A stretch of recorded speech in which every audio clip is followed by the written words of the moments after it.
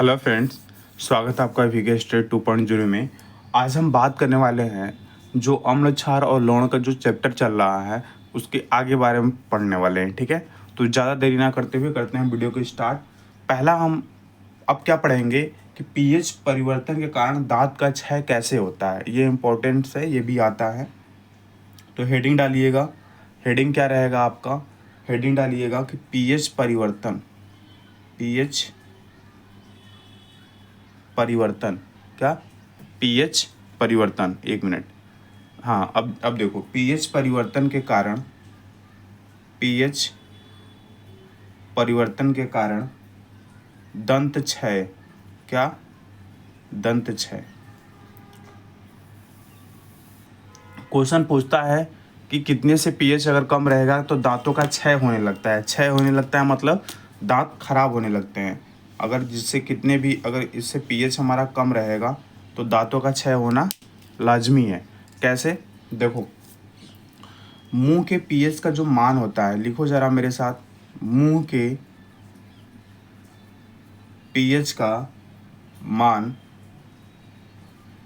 5.5 से कम होने पर आया था क्वेश्चंस, देखिएगा। 5.5 से कम होने पर दांतों का क्षय, दांतों का कम होने पर दांतों का क्षय प्रारंभ हो जाता है। क्या हो जाता है? प्रारंभ हो जाता है। दांतों का क्षय क्या हो जाता है दोस्त मेरे? प्रारंभ हो जाता है। क्लियर? ये क्वेश्चन आया था कि कितने से कम होने पर दांतों का क्षय होने लगता है। तो पीएच जो होता है 5.5 से कम होने पर दांतों का क्या होने लगता है? क्षय होने लगता है। ठीक है जी, ठीक है। चलो आगे बढ़ जाओ। अब देखो क्या होता है कि जो दांतों का कैसे, जो दांतों का इनेमल होता है ना, दांतों का इनेमल, जो दांतों का इनेमल होता है यानी दंत वल्क होता है। क्या होता है? जो दंत वल्क होता है, दंत वल्क होता है, वो क्या होता है? कैल्शियम। क्या होता है? Calcium hydroxy, calcium hydroxy, calcium hydroxy apatite, apatite, apatite, या इसको बोल सकते हैं कैल्शियम फास्फेट का, कैल्शियम फास्फेट का क्रिस्टलीय रूप। क्या बोल सकते हैं? क्रिस्टलीय रूप से बना होता है, से बना होता है। क्वेश्चंस पूछ सकता है कैसे कि जो दांतों का इनेमल होता है, जो दंत वल्क होता है, ये किससे बना होता है? तो कैल्शियम हाइड्रोक्सी एपेटाइट, या आप कह सकते हो कैल्शियम फास्फेट का एक क्या होता है?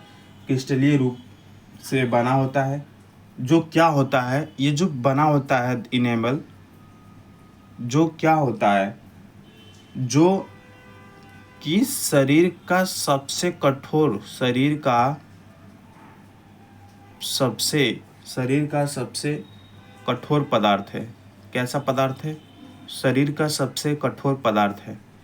ये शरीर का कैसा होता है? सबसे कठोर पदार्थ होता है। यह जल में नहीं घुलता। क्या होता है? यह जल में नहीं घुलता है। मेरे साथ लिखते चलिए दोस्त मेरे, और इसी को रिवीजन कर जाइए एग्ज़ाम में। डेफिनेटली मैं 100% विश्वास दिलाता हूँ, पक्का आपका सिलेक्शन होगा, पक्का। यह जल में नहीं घुलता। ठीक है, समझ में बात आई? यह जल में नहीं घुलता, लेकिन मुंह का पीएच मान, यह जल में तो घुलता नहीं है, लेकिन जो हमारा मुंह का जो जब पीएच मान, लेकिन जब मुंह का पीएच मान, जब हमारा मुंह का जो पीएच मान है ना, 5.5 से कम होने पर, 5.5 से कम होने पर, समझ में आ रहा है ना? कोई ज़्यादा हार्ड नहीं है। 5.5 से कम होने पर यह संक्षारित हो जाता है। क्या हो जाता है? यह संक्षारित हो जाता है। कम होने पर यह संक्षारित हो जाता है और जब ये संचारित हो जाएगा, है ना, संचारित हो जाता है, तो मुंह में जो हमारी बैक्टीरिया होती हैं, क्या होती हैं, मुंह में जो हमारी बैक्टीरिया होती हैं, जो मुंह में हमारी क्या होती हैं, जो बैक्टीरिया होती हैं, है ना, भोजन के पश्चात, मतलब जब हम भोजन कर लेते हैं, भोजन के पश्चात, है ना, जब हम भोजन कर लेते हैं तो भोजन करने के पश्चात मुंह में जो अवशिष्ट हमारा, जो मुंह में जो अवशिष्ट जो हमारा शर्करा होता है, मुंह में जो अवशिष्ट हमारा क्या होता है, जो शर्करा होता है, मुंह में अवशिष्ट जो हमारा क्या होता है, शर्करा एवं खाद्य पदार्थ, शर्करा एवं खाद्य पदार्थ, जो मुंह में हमारा अवशिष्ट जो शर्करा होता है और जो हमारा जो खाद्य पदार्थ होता है ना, मुंह में जो हमारा शर्करा और जो हमारा खाद्य पदार्थ होता है, ये निम्नीकरण करके क्या करते हैं, ये निम्नीकरण करके, पूछ सकता है कि क्या करता है, तो निम्नीकरण करता है, निम्नीकरण करके अम्ल बनाते हैं, अम्ल उत्पन्न करते हैं। क्लियर हो रही बात, क्लियर हो रही है। अगर हमारा मुंह का पीएच मान 5.5 से कम हो गया, 5.5 से कम हो गया, तो जो मुंह में जो बैक्टीरिया होते हैं या भोजन के पश्चात जो अपशिष्ट हमारा बचता है मुंह में, जैसे शर्करा हो गया, खाद्य पदार्थ हो गया, तो उसका निम्नीकरण करते हैं, है ना, निम्नीकरण करके क्या करते हैं, अम्ल बनाते हैं, क्या बनाते हैं, अम्ल उत्पन्न करते हैं। ठीक है, ठीक है। लेकिन इससे हम छः तो हो गया हमारे दांत का, तो इससे क्या कर सकते हैं, इससे कोई बचाव है, तो बिल्कुल बचाव है। क्या बचाव है इससे, इससे ये बचाव है कि हम क्या कर सकते हैं कि मुंह की सफाई के लिए क्या करते हैं, मुंह की सफाई के लिए, मुंह की सफाई के लिए, मुंह की सफाई के लिए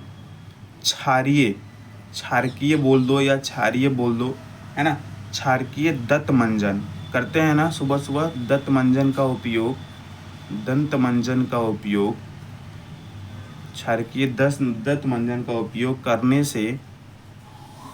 से अम्ल की, करने से अम्ल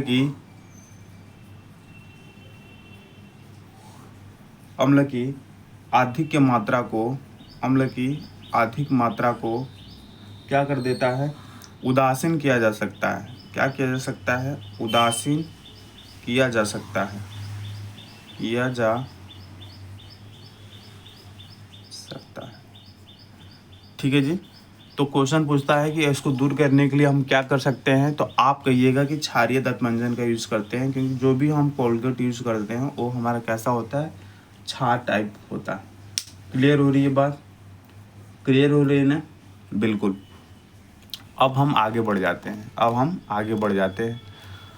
हम अगले टॉपिक पर आते हैं। अगली जो टॉपिक है यहाँ से हम स्टार्ट करते हैं कि पशुओं, किसमें, ये भी इम्पोर्टेंट है, आया था क्वेश्चन इससे भी, पशुओं एवं पौधों, सभी से क्वेश्चंस आया था, सभी से, क्योंकि अलग अलग शिफ्टों में एग्ज़ाम हुआ था और शिफ्टों में एग्ज़ाम होने के बाद अलग अलग क्वेश्चंस लाइन बाय लाइन से बने थे। उत्पन्न रसायनों से आत्मरक्षा,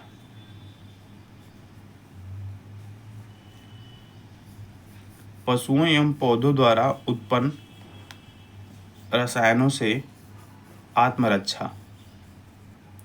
ठीक है, आत्मरक्षा कैसे करेंगे, देखिए, जो मधुमक्खी है ना, जो मधुमक्खी का जो डंक होता है ना, मधुमक्खी का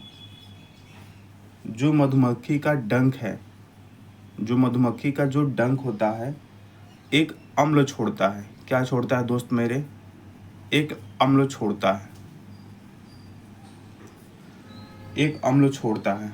है ना, जिसके कारण क्या होता है, जिसके कारण अम्ल छोड़ता है, जिसके कारण क्या होता है, दर्द एवं जलन का अनुभव होता है, दर्द एवं जलन का अनुभव होता है।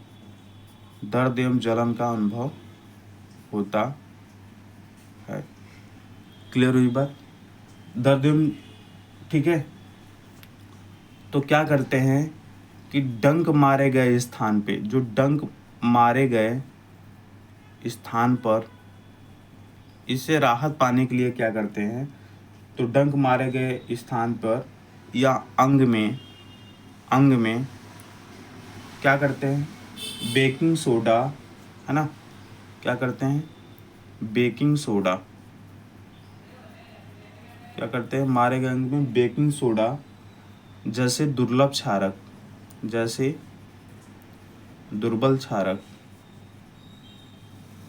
है ना, मारे गए बेकिंग सोडा जैसे दुर्बल क्षारक, है ना, का उपयोग करने से आराम हो जाता है, का उपयोग करने से आराम हो जाता है, आराम हो जाता है। क्लियर? समझ बात आ रही कि नहीं आ रही? बिल्कुल।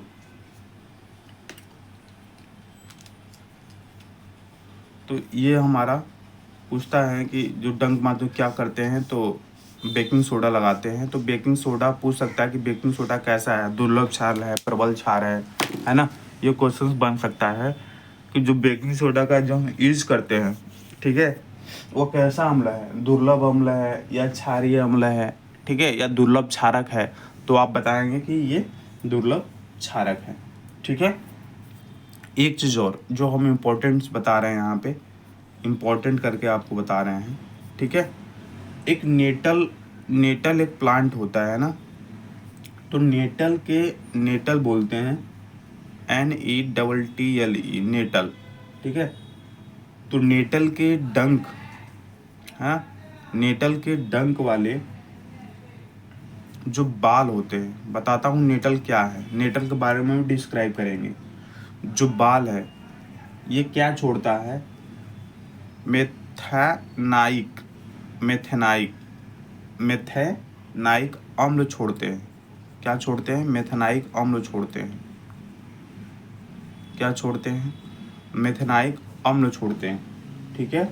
जिनके कारण क्या होता है, पूछेगा कि नेटल के जो डंक मारने क्या छोड़ता है, तो मेथेनाइक अम्ल छोड़ते हैं, जिनके कारण जलन एवं दर्द होता है। जिनके कारण क्या होता है, जलन एवं दर्द होता है। क्लियर ना? समझ बात आई? तो इम्पोर्टेंट है, मेथेनॉइक अम्ल छोड़ता है जिसके कारण जलन एवं दर्द होता है। अब आते हैं कि नेटल के बारे में पढ़ लेते हैं कि नेटल है क्या, आखिरकार नेटल है क्या। तो नेटल एक आपका प्लांट टाइप, मतलब कि एक पत्ती जो होती है उसकी, एक हम पत्ती ड्रॉ कर रहे हैं यहाँ पे, ठीक है। एक हम पत्ती को यहाँ पे क्या कर रहे हैं, ड्रॉ कर रहे हैं। ये हम पत्ती को क्या करना है, एक ड्रॉ कर रहे हैं। मतलब डायग्राम सही ना बने तो कोई वो मत कीजिएगा कि हाँ सर डायग्राम सही नहीं बना। ये डायग्राम से कोई मतलब आपको दिखाने के लिए मैं कर रहा हूँ, है ना।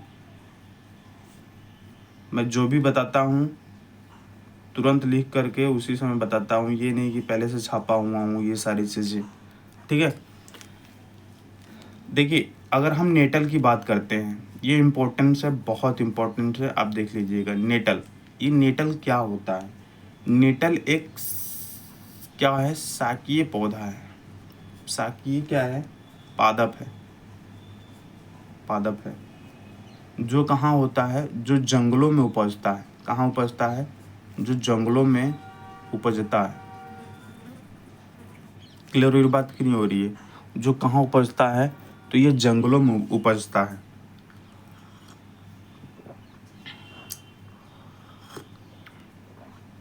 समझ रहे हैं दोस्त? ठीक है। इनके जो पत्ते होते हैं, इस वाले पत्ते में, इनके जो पत्ते होते हैं, इनके पत्तों में डंकनुमा क्या होते हैं, डंकनुमा बाल होते हैं। क्या होते हैं? डंकनुमा बाल होते हैं। इनके पत्तों में क्या होते हैं? डंकनुमा बाल होते हैं। यह अगर यह गलती से भी गलती से भी छू जाए, है ना, अगर किसी भी बॉडी में अगर गलती से भी ये छू जाए, गलती से भी अगर छू जाता है ना, गलती से भी अगर छू जाता है तो क्या होता है, डंक जैसा दर्द होता है। जैसे कोई डंक मार लिया हो, डंक जैसा दर्द होता है। क्या होता है, दर्द होता है, डंक जैसा दर्द होता है। ठीक है। इन बालों से जो ये होते हैं, इन बालों से क्या होता है, इन बालों से अभी हमने बताया था क्या होता है, मेथेनाइक अम्ल, मेथेनाइक अम्ल, है ना, क्या होता है, मेथेनाइक अम्ल का स्राव होने के कारण, है ना, स्राव होने के कारण यह दर्द होता है। क्या होता है, यह दर्द होता है। क्लियर हो गई कि नहीं। ये दर्द क्यों होता है, तो इसके कारण वजह से क्या होता है, ये हमारा दर्द होता है। क्लियर ना, ठीक है। अब दर्द तो होता है भाई, इसका इलाज भी तो कुछ होगा, इसके करने के लिए इसका कुछ इलाज भी तो होगा। अगर दर्द हो रहा है तो दर्द को निजाम पाने के लिए कुछ इलाज भी तो होगा। तो इसको इलाज करने के लिए पारंपरिक तौर पर ठीक है, इसका इलाज पारंपरिक तौर पर इसका इलाज, है ना, पारंपरिक तौर पर इसका इलाज डंक वाले स्थान पर, सुनना, डंक वाले स्थान पर क्या करते हैं, डाक पौधे की जो पत्ती होती है, डाक पौधे की पत्ती, डाक पौधे की पत्ती रगड़ कर किया जाता है।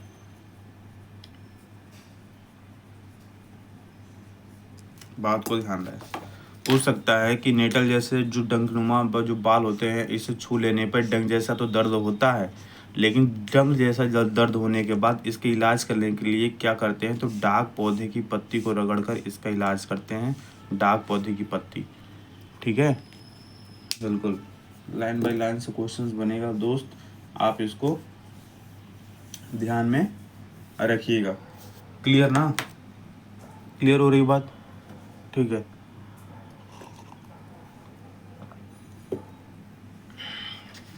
अब देखिए कुछ पॉइंट है, जैसे हमारा जो सिरका होता है ना, सिरका में कौन सा अम्ल होता है, तो आप कह सकते हैं कि एसिटिक अम्ल होता है। क्या होता है, एसिटिक अम्ल होता है। सिरका में कैसा होता है, एसिटिक अम्ल। फिर बोलेगा कि संतरा में कौन सा होता है, तो संतरा में सिट्रिक अम्ल। कैसा होगा दोस्त मेरे, सिट्रिक अम्ल। ठीक है। अब पूछ सकता है कि इमली में कैसा होता है, तो इमली में आपका होता है टार्टेरिक अम्ल।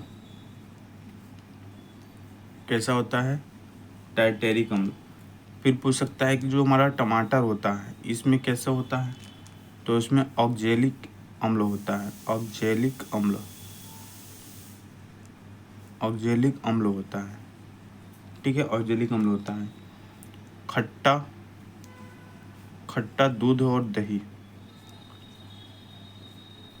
खट्टा दूध और दही में क्या होता है, लैक्टिक अम्ल होता है। कौन सा अम्ल होता है, लैक्टिक अम्ल होता है। क्लियर, ये सब याद रखिएगा, एनसीईआरटी के बुक का है। नींबू में कौन सा होता है, तो नींबू में सिट्रिक अम्ल होता है। क्या होता है, नींबू में भी सिट्रिक अम्ल होता है। ठीक है। चींटी के डंक में क्या होता है, तो चींटी के डंक में भी मेथेनाइक अम्ल होता है, मेथेनाइक अम्ल होता है। चींटी के डंक में कौन सा होता है, मेथेनाइक अम्ल होता है। और हमने बताया था कि नेटल के डंक में क्या होता है, तो नेटल के डंक में भी, नेटल एक शाकीय पौधा होता है, इसमें भी मेथेनाइक अम्ल होता है। ठीक है, तो ये चीज़ आपको ध्यान रखनी है इतनी। क्यों? क्योंकि ये एनसीईआरटी में दिया हुआ है। एनसीईआरटी से कोई भी टॉपिक बाहर नहीं पूछता है। आपको ये ध्यान रहे, आपको ये ध्यान रहे, ठीक है ना? ये समझ में आया? तो ये आपका जो चार्ट है ये इम्पोर्टेंस है, इसको भी आप देखिएगा। क्लियर ना? चलिए नेक्स्ट। क्लियर? तो इस बात को आप ध्यान रखेंगे, इस बात का क्या रखेंगे आप? ध्यान रखेंगे।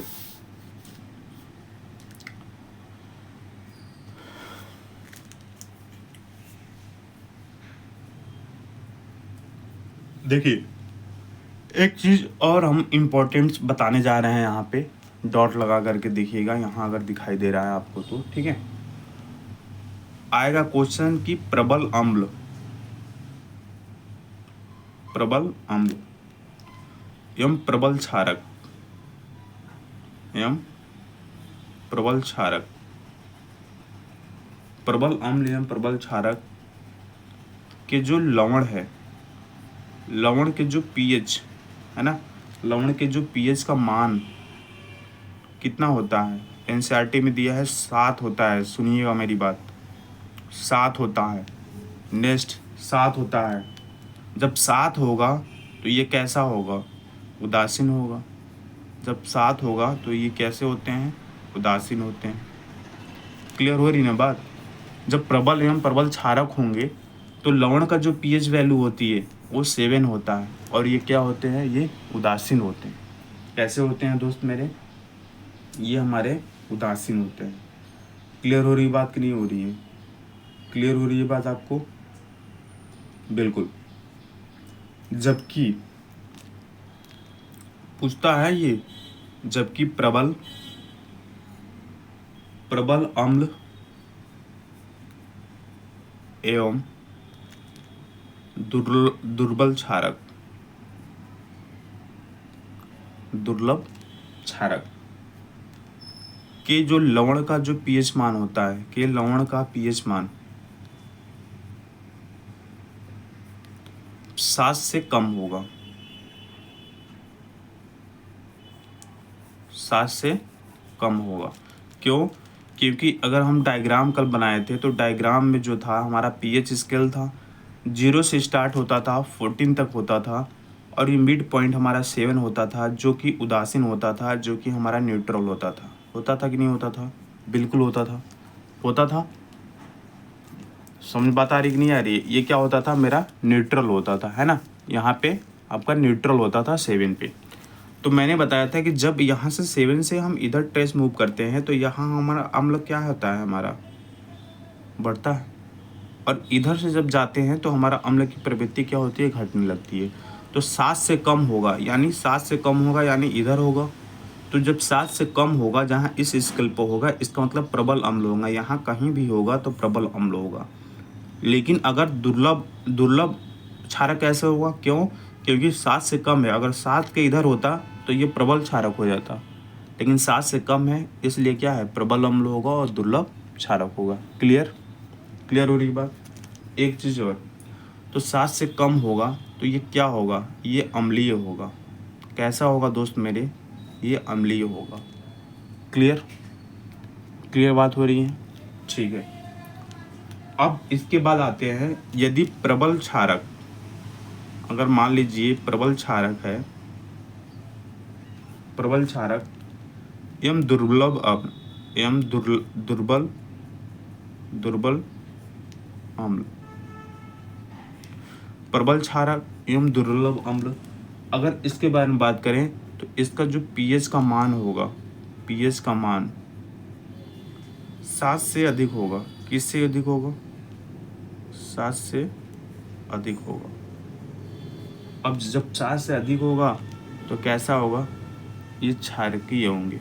कैसे होंगे? क्षारकीय होंगे। क्लियर?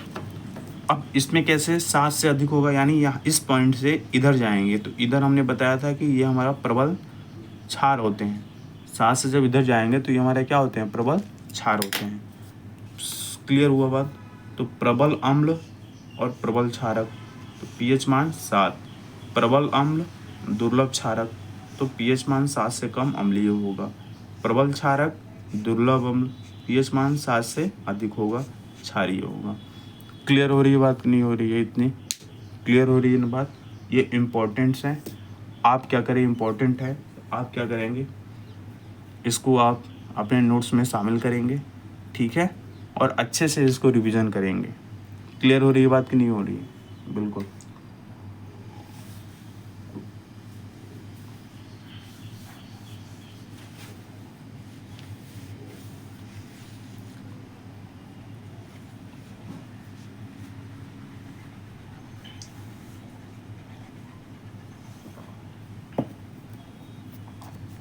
चलिए देखिए, अब जो हम पढ़ेंगे सोडियम हाइड्रोक्साइड के बारे में, विरंजक चूर्ण का निर्माण का मतलब, थोड़ी सी ये चैप्टर में अब थोड़ा सा बच गया है, इसके बाद हम इसको ख़त्म करेंगे, ठीक है। एक हम पढ़ लेते हैं, एक टॉपिक और पढ़ लेते हैं, साधारण नमक। क्या पढ़ रहे थे हम? साधारण नमक के बारे में हम पढ़ लेते हैं। थोड़ी सी और रुकिए आप, ठीक है, 5-10 मिनट की और वीडियो है, थोड़ी सी और रुकिए। इसका जो PDF है ना, तो हम टेलीग्राम चैनल पर दे देंगे, ठीक है। इसका जो PDF मिलेगा आपको, कहाँ मिलेगा? टेलीग्राम चैनल पर मिल जाएगा, और टेलीग्राम चैनल का जो लिंक है हम डिस्क्रिप्शन में डाल देंगे, ठीक है। आप जा करके PDF ले लीजिएगा, मुझे मैसेज कीजिएगा, सर PDF दे दो, मैं PDF बना करके इसको क्या करूँगा, सेंड कर दूँगा, ठीक है। चलिए, एक जो टॉपिक है हमारा, इसमें NCERT में दिया हुआ है कि साधारण नमक से रसायन। क्या यहाँ लिख दूँ? चलिए यहाँ लिख देता हूँ, साधारण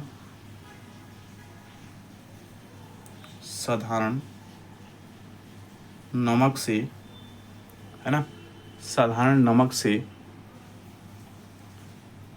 रुकिए, साधारण नमक से रसायन।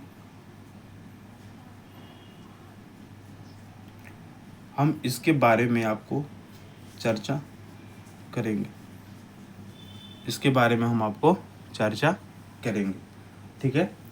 देखिए, हाइड्रोक्लोरिक अम्ल एवं सोडियम हाइड्रोक्साइड, अगर हम बोलें कि साधारण जो नमक होता है, तो इसमें आप कह सकते हैं कि जो हाइड्रोक्लोरिक अम्ल होता है,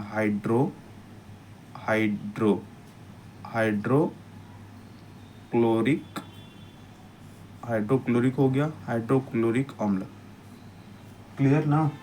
हाइड्रोक्लोरिक अम्ल एवं सोडियम हाइड्रोक्साइड, और क्या हो जाएगा, एवं सोडियम हाइड्रोक्साइड, क्या हो जाएगा, सोडियम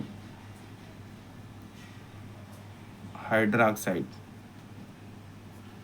एवं सोडियम हाइड्रोक्साइड के विलयन, है ना, सोडियम हाइड्रोक्साइड के जो विलयन होते हैं, है ना, विलयन की अभिक्रिया से उत्पन्न, विलयन की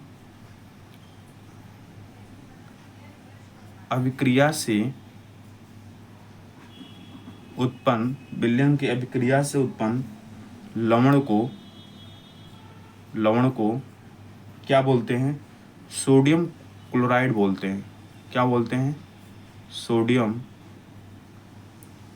क्लोराइड कहते हैं, ठीक है ना। और जब इसी सोडियम क्लोराइड को, इसी लवण का उपयोग क्या करते हैं, इसी लवण का उपयोग हम भोजन के रूप में करते हैं। किस में करते हैं? भोजन में क्या करते हैं? भोजन में उपयोग करते हैं ना, भोजन में क्या करते हैं? हम उपयोग करते हैं, ठीक है। क्लियर ना? बिल्कुल।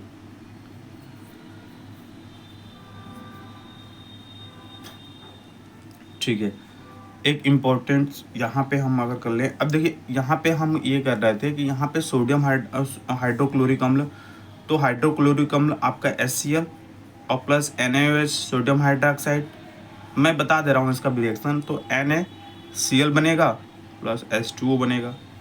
क्लियर है ना? ठीक है, जब हाइड्रोक्लोरिक अम्ल अब सोडियम हाइड्रोक्साइड का रिएक्शन कराएंगे तो साल्ट तो बनेगा ही बनेगा, NaCl, जल भी बनेगा। ये मैं करा दे रहा हूँ अपने से, हालांकि एनसीईआरटी दिया नहीं है, मैं करा दे रहा हूँ बस। एनसीईआरटी ऐसे दिए है, मैं ऐसे। क्लियर। अब ये बनता कहाँ से है? अगर हम बात करें नमक की बात करें तो नमक जो होता है, जैसे समुद्री जो जल होती है, बताता हूँ, जो समुद्री जल है, तो समुद्री जल में क्या होता है कि कई प्रकार के क्या होते हैं, लवण घुले होते हैं। क्या होते हैं? कई प्रकार के जो होते हैं लवण होते हैं, ये क्या होते हैं? घुले होते हैं। कई प्रकार के जो लवण होते हैं ये घुले होते हैं, है ना। इन जो लवण जो घुले होते हैं, इन लवणों में, है ना, इन लवणों में क्या होते हैं, इन लवणों में सोडियम क्लोराइड, है ना, सोडियम क्लोराइड को क्या किया जाता है, तो सोडियम क्लोराइड को पृथक किया जाता है। क्या किया जाता है दोस्त मेरे? पृथक किया जाता है। सोडियम क्लोराइड को क्या किया जाता है? पृथक किया जाता है। क्या किया जाता है दोस्त मेरे? सोडियम क्लोराइड को पृथक किया जाता है। ठीक है, पृथक करते हैं। इस सोडियम क्लोराइड को पृथक करते हैं। बड़े आकार के क्रिस्टल जो होते हैं हमारे, जो बड़े आकार के जो इसमें क्रिस्टल होते हैं, बड़े आकार के जो हमारा क्रिस्टल होते हैं, है ना, जो बड़े आकार के जो क्रिस्टल होते हैं, यह प्रायः अपद्रव्यों के कारण ये क्या होते हैं? प्रायः अपद्रव्यों के कारण भूरे रंग, किसमें? भूरे रंग के होते हैं,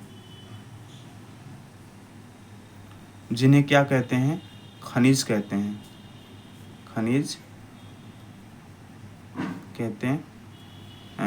देखिए ये डिफिनीशन आ भी सकता है कि बड़े आकार के जो क्रिस्टल होते हैं प्रायः अपद्रव्यों का कारण भूरे रंग के होते हैं, उसे क्या बोलते हैं? तो उसे क्या बोलते हैं? खनिज नमक बोलते हैं। क्या बोलते हैं हम दोस्त? खनिज नमक बोलते हैं। ठीक है, खनिज नमक बोलते हैं।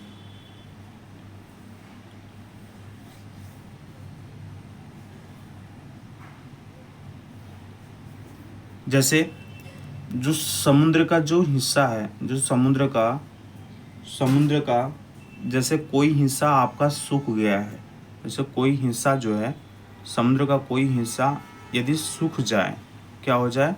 सूख जाए, सूख गया हो, समुद्र का कोई हिस्सा यदि क्या होगा? सूख गया हो, तो खनिज जो नमक का जो खनन होता है, खनिज नमक का खनन कैसे होता है?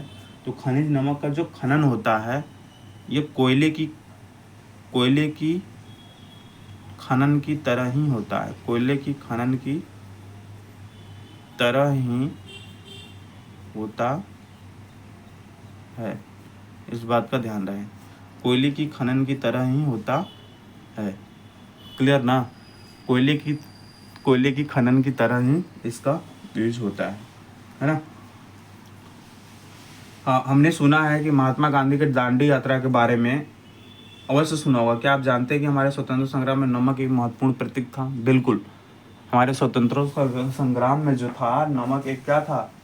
एक महत्वपूर्ण प्रतीक था। क्लियर?